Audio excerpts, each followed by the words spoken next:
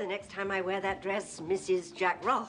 You've got a while yet to try and stay calm. I am trying. I'm just not succeeding very well. Now, the next stop on my list, the caterers. See you later. Bye, Vanessa. Did you detect a note of tension in the air? Just a little. Every bride goes through it, I suppose. I know I certainly did. For weeks before the wedding, remember? Oh, and what about you? According to Gran, you were just the same. I was not. I was worse. I don't know what cloud I was on when I married your father. Yes? Oh, could you just hold on to that for a moment?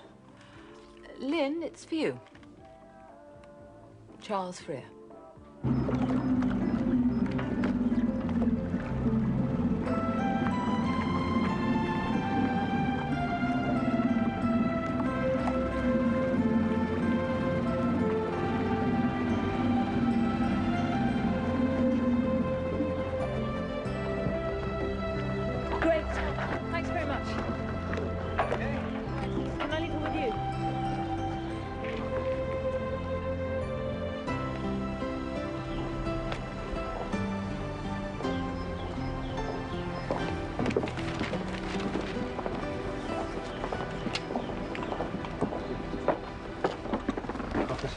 All right, thanks a lot. Sorry I'm a little late. Had a bit of trouble finding the place. Oh, don't worry, the demonstration's off anyway. Why? What's happened? Yeah, it's a good question. I think I've been set up, Jenny. Coffee, Bill? No, thanks. No, Tony's dad left him the tools after he died. He was a joiner. He used to renovate boats at the weekend. Traditional ones. Told him all he knew. Like how to snoop through personnel files? He wasn't snooping, Bill. He was looking for a specification for the Xanadu's decking. Then why didn't he ask me? It's called initiative. He was just eager to get on with the job, and that can't be bad. So you don't think we ought to let him go? No, not for telling a few white lies on a job application. It's the actual work that matters, Bill, right? And we can't fault him there. Oh, no, he works hard enough, I'll give you that. It's just that there's something about him. No, come on, Bill. You remember when we were apprentices? No, I don't mean that, Jack. It's just that, well, the way he keeps himself to himself. All he ever wants to talk about is the job, never anything else. Well, we weren't much different, were we? He's young, keen to learn. And by God, do we need craftsmen. So let's help him to become one, eh? Maybe you're right. Well, I'd better get on, I suppose. Right. Oh, morning, Mrs. Hardy. Oh, hello, Kate. How nice to see you. Is Leo anywhere around? He's over at Relton. He'll be back in a minute. You don't mind if I wait for him here, do you? Kate, you are most welcome. Thank you. There's something I need to discuss with him over lunch. Anything I can do to help? You've got enough on your mind. How are you feeling? Fine. All set for the great day tomorrow? Oh, you mean Vanessa making an honest man of me? I doubt if anyone could do that, Jack. Oh, you're on form this morning. I'm on the warpath. And who's in the doghouse? Leo? No, not Leo. I hope it's not me. Not this time, Jack. Good. Who is it then?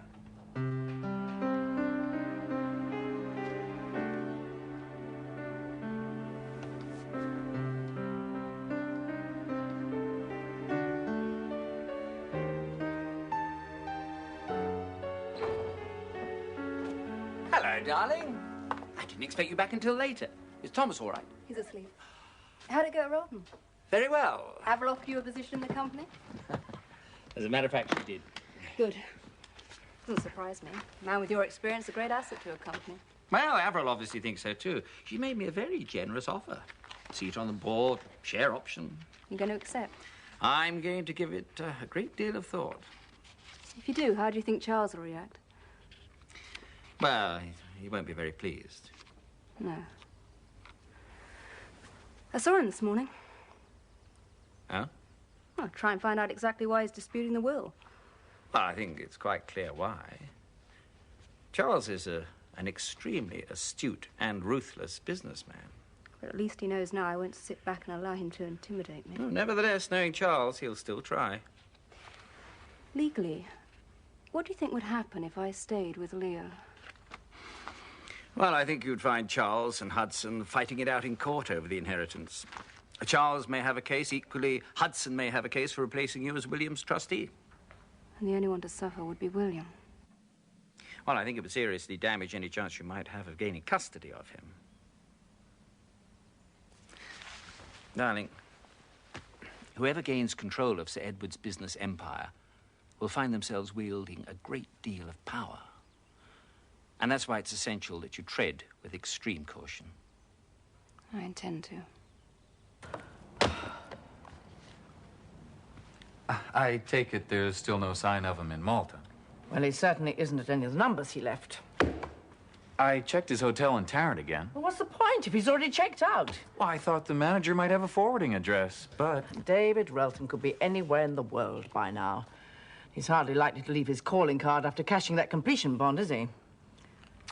So, what are you going to do about it? There's not a lot I can do, apart from calling the police. Have you told Avril yet? Not yet. I was hoping there might be some explanation. Oh, there is. You've been taken to the cleaners, Laura.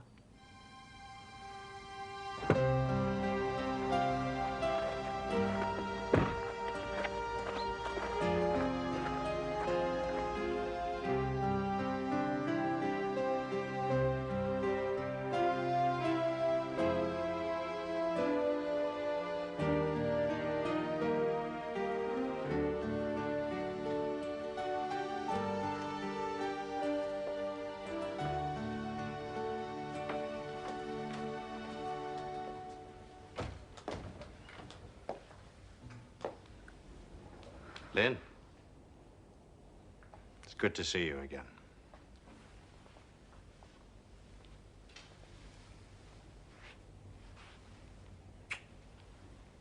How are you? Fine.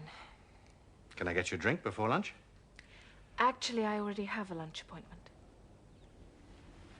At 12:30. Well, never mind. Have a seat.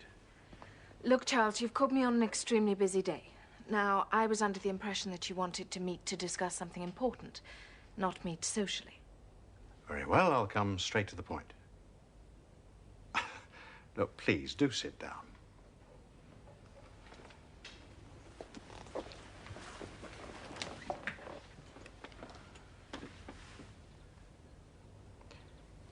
I had intended to have a word with Jan, but, well, I thought you might view the situation more objectively.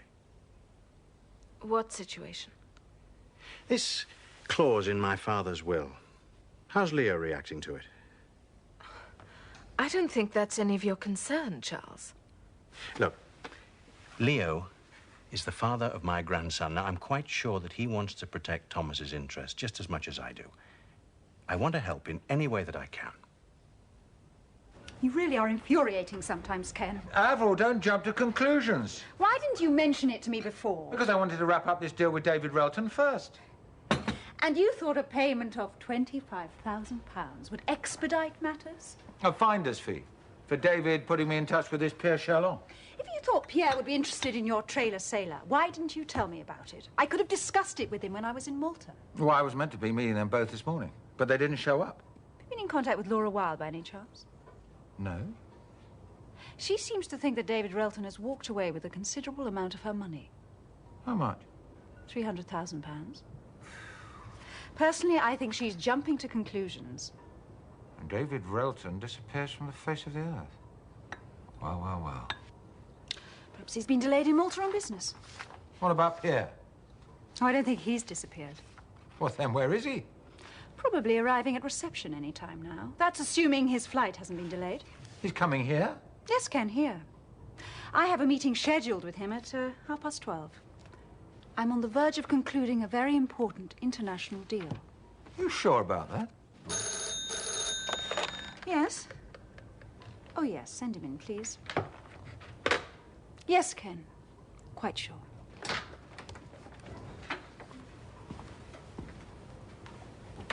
Miss Rolfe. Yes? Pierre Chalon.